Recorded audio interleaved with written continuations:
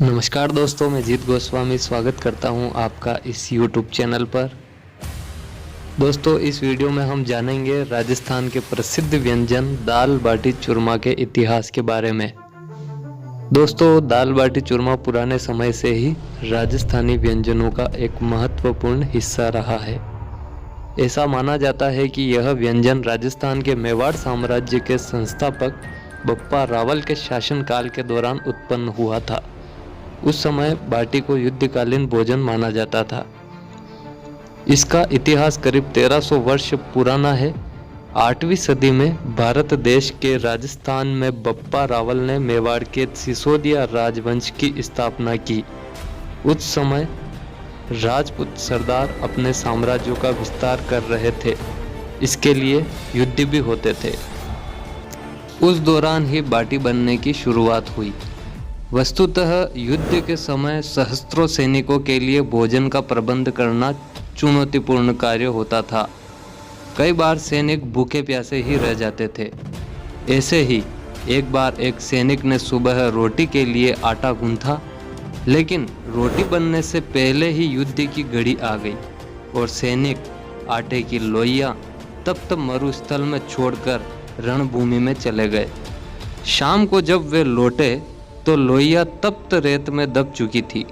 तब उन्हें रेत से बाहर निकाला तो दिन भर सूर्य और रेत की तपन से वे पूरी तरह सिक चुकी थी। थक कर चूर हो चुके सैनिकों ने उसे खाकर देखा तो वह बहुत स्वादिष्ट लगी। उसे पूरी सेना में बांटकर खाया गया। बस यहीं इसका आविष्कार हुआ और नाम मिला बाटी। और उसके बाद बाटी युद्ध के दौरान खाया जाने वाला पसंदीदा भोजन बन गया। अब रोज सुबह सैनिक आटे की लोइयां बनाकर रेत में दबाकर चले जाते और शाम को लौटकर उन्हें चटनी, अचार और रणभूमि में उपलब्ध ऊँटनी एवं बकरी के दूध से बने दही के साथ खाते। इस भोजन से उन्हें ऊर्जा भी मिलती और समय भी बचता।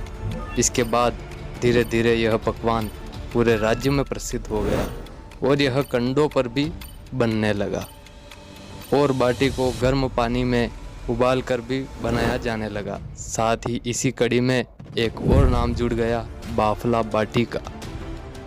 दोस्तों, अब बात करते हैं बाटी के साथ दाल के मिलन की। दोस्तों, दक्षिण के कुछ व्यापारी मेवाड़ में रहने आए तो उन्होंने बाटी को दाल के साथ चूर कर खाना शुरू किया।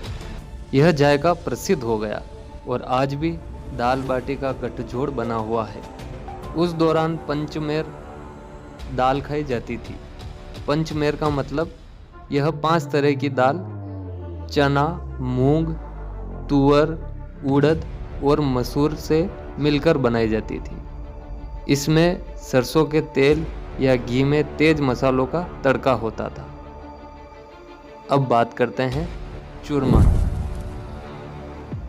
यह मीठा पकवान दोस्तों अनजाने में ही बन गया। दरअसल एक बार मेवाड़ के गुहिलोत काबिले के रसोइये के हाथ से छूटकर बाटियां गन्ने के रस में गिर गई। इससे बाटी नरम हो गई और स्वादिष्ट भी। इसके बाद से इसे गन्ने के रस में डुबोकर बनाया जाने लगा। मिश्री, इलायची और ढेर सारा घी भी इसमें डालने लगा। बाटी को चूर कर बनाने के कारण इसका नाम पड़ा चूरमा। दोस्तों, दाल बाटी जितना राजस्थान में पसंद किया जाता है उतना ही उज्जैन, मालवा के इलाकों में भी पसंद किया जाता है। मालवा के दाल बाटी चूरमा लड्डू और हरी चटनी के साथ खाए जाते हैं। राजस्थान के साथ साथ मालवा के दाल बाटी और दाल बाफले इतने प्रसिद्ध हैं कि इन्हें खाने के लिए लोग देश विदेश से आते हैं।